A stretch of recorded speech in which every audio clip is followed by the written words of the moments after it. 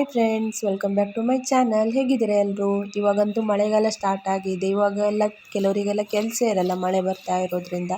ಹಾಗೆ time pass ಆಗಲಿ ಅಂತ ಹೊಳೆಗೆ ಹೋಗಿ ಗಾಳ ಹಾಕ್ಕೊಂಡು ಬರ್ತಾರೆ. ಹಾಗೆ ನಮ್ಮನೇಲಿ ಸಹ ತಮ್ಮ ಹೊಳೆಗೆ ಹೋಗಿ ಗಾಳ ಹಾಕ್ಕೊಂಡು ಬಂದಿದ್ದಾನೆ. ಹಾಗೆ ಮೀನನ್ನು ಹಿಡ್ಕೊಂಡು ಬಂದಿದ್ದಾನೆ, ಹೊಳೆ ಮೀನನ್ನು.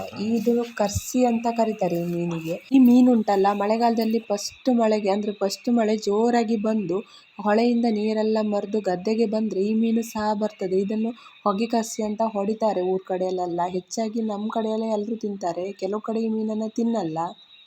ಮೀನು ಕೊಚ್ಚಲಿಕ್ಕೂ ಸಹ ಭಾಳ ಕಷ್ಟ. ಈ ಮಾಮೂಲಿ ಮೀನು ಥರ ಕೊಚ್ಚಲಿಕ್ಕೆ ಆಗಲ್ಲ. ಇದು ಸ್ವಲ್ಪ ನೋಳೆ ಇರೋದ್ರಿಂದ ಕೈಯೆಲ್ಲ ಜಾರ್ತದೆ. ಇದಕ್ಕೆ ಬೂದಿಯನ್ನು ಹಾಕ್ಕೊಂಡು ಮೀನನ್ನು ಕಟ್ ಮಾಡಬೇಕು.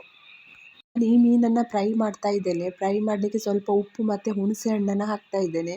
ಮತ್ತು ಖಾರದ ಪುಡಿ ಹಾಕಬೇಕಿತ್ತು, ಆದರೆ ಖಾರದ ಪುಡಿ ಖಾಲಿಯಾಗಿತ್ತು. ಇಲ್ಲಿ ಹತ್ತಿರ ನಮ್ಮ ಕಡೆಯಲ್ಲಿ ಅಂಗಡಿ ಇಲ್ಲದೇ ಇರೋದ್ರಿಂದ ಕಬಾಬ್ ಪುಡಿ ತಂದಿರೋದು ಉಂಟು, ಅದನ್ನೇ ಸಹ ಹಾಕ್ತಾ ಇದ್ದೇನೆ. ಅದು ಮಸಾಲೆಯನ್ನೆಲ್ಲ ಹಾಕಿ ನಾನು ಇಲ್ಲಿ ಅರ್ಧ ಗಂಟೆ ಫ್ರಿಜ್ಜಲ್ಲಿ ಇಡ್ತಾ ಇದ್ದೇನೆ, ಆ ಮಸಾಲೆ ಎಲ್ಲ ಮೀನಿಗೆ ಹಿಡಿಲಿ ಅಂತ. ಅರ್ಧ ಗಂಟೆ ನಂತರ ನಾನು ಇಲ್ಲಿ ಫ್ರೈ ಮಾಡಲಿಕ್ಕೆ ರೆಡಿ ಮಾಡ್ತಾ ಇದ್ದೇನೆ. ರವೆ ಫ್ರೈ ಮಾಡೋಣ ಅಂತ. ರವೆ ಕೂಡ ತಂದಿರೋದು ಇತ್ತು, ಹಾಗಾಗಿ ಮೀನನ್ನು ರವೆ ಫ್ರೈ ಮಾಡೋಣ ಅಂತ. ನೀರು ಕ್ಲೀನ್ ಇದ್ದಾಗ ಗಾಳ ಹಾಕಲಿಕ್ಕೆ ಹೋದರೆ ಮೀನು ಸಿಗಲ್ಲ. ಆದರೆ ನೀರು ಕಳಕಿದ್ದಾಗ, ಮಳೆ ಬಂದು ಸ್ವಲ್ಪ ನೀರು ಕಲರ್ ಚೇಂಜ್ ಆಗಿದ್ದರೆ ಗಾಳ ಹಾಕಿದರೆ ಮೀನು ಸಿಗುತ್ತೆ. ಹಾಗೆ ಈ ಮೀನನ್ನು ಕೆಲವರು ಹೆಚ್ಚಾಗಿ ತಿನ್ನಲ್ಲ. ಈ ಮೀನಂತಲ್ಲ, ಹೊಳೆ ಮೀನನ್ನು ಕೆಲವರು ಜಾಸ್ತಿಯಾಗಿ ಇಷ್ಟಪಡಲ್ಲ. ಸಮುದ್ರದ ಮೀನು ಮಾತ್ರ ತಿಂತಾರೆ. ಕೆಲವರು ಹೊಳೆ ಮೀನು ಅಂದರೆ ತುಂಬ ಇಷ್ಟಪಟ್ಟು ತಿಂತಾರೆ.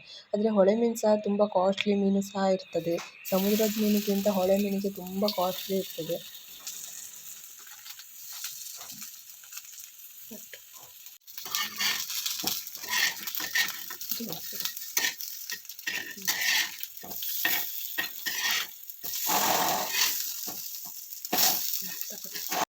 ಮೀನು ಫ್ರೈ ಕೂಡ ರೆಡಿ ಆಯಿತು.